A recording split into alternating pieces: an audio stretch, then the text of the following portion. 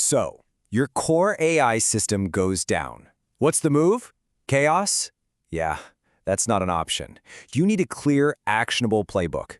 Okay, let's dive into the critical three-phase framework for managing a live AI incident and learn how to turn a full-blown crisis into a controlled, manageable response.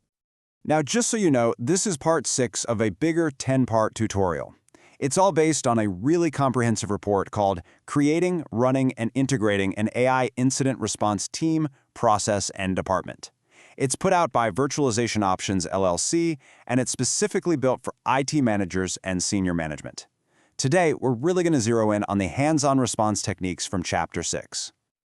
And yeah, all the material we're covering today comes directly from them, Virtualization Options LLC. They're a technology research, education, and advisory organization, and they're the ones who put together this essential framework we're about to walk through. Okay, let's set the scene. Imagine it. The alerts are all flashing red. Your AI, the engine that's driving key business decisions, it's failing. And look, this isn't just some server that crashed. This is a complex, fast-moving crisis, and the clock is absolutely ticking. So I'll ask you, straight up, what's your plan right now? Because let's be honest, just hoping for the best, that's not a strategy. Having a tested, structured response is what separates a little disruption from a complete catastrophe. So, let's build that plan. All right, let's jump into the first and, honestly, the most urgent phase, containing the damage. The priority here is all about speed and control. You can think of it like first responders arriving on the scene of an accident. Their first goal is just to stop things from getting any worse. So, what do we mean by containment? Well, it's all about taking immediate defensive actions. We are not trying to fix the root cause just yet. Nope, we're building a firewall around the problem. We're trying to stop the bleeding and limit the blast radius across the rest of the organization. And here's what that looks like in practice. You might isolate the faulty AI model, kind of like quarantining a sick patient. Or you could block malicious inputs if you think it's an attack. Maybe you just disable a specific feature that's gone haywire. But what's absolutely crucial is that you secure the system logs. Those logs are like the black box recorder on an airplane. They're going to tell you exactly what went wrong later on. Okay, so you've stopped the bleeding. Now we can switch from playing pure defense to starting our offense. And that brings us to phase 2, mitigate the impact.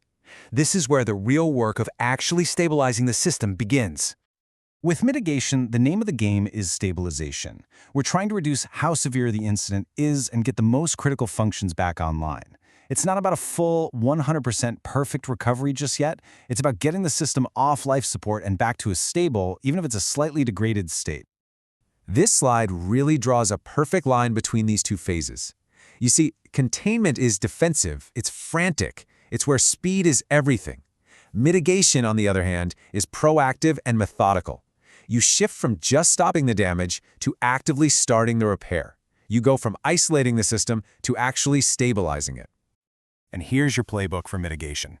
First, you use those logs you saved to find the root cause. Was it bad data, a flawed algorithm, maybe an external attack? Once you've got it, you remove whatever component is causing the problem. Then you can begin the careful process of bringing your core services back online, all while constantly verifying that the immediate threat is well and truly gone. With the system stable, it's time for the final push. Welcome to Phase 3, Full System Recovery. Now, this isn't a race. It's a careful, methodical reconstruction to make sure the system isn't just working again, but that it's also trustworthy and resilient. Recovery is all about getting back to 100%. But the really critical part here is the second half of this definition, ensuring complete data integrity and system resilience. See, it's not enough to just turn everything back on. You have to be absolutely certain the data is clean and that you've hardened the system so this doesn't happen again. Think of this checklist as your guide to a true recovery. You restore everything from known good backups. You rigorously validate all the data to make sure no corruption is left. You test everything's security, performance, functionality.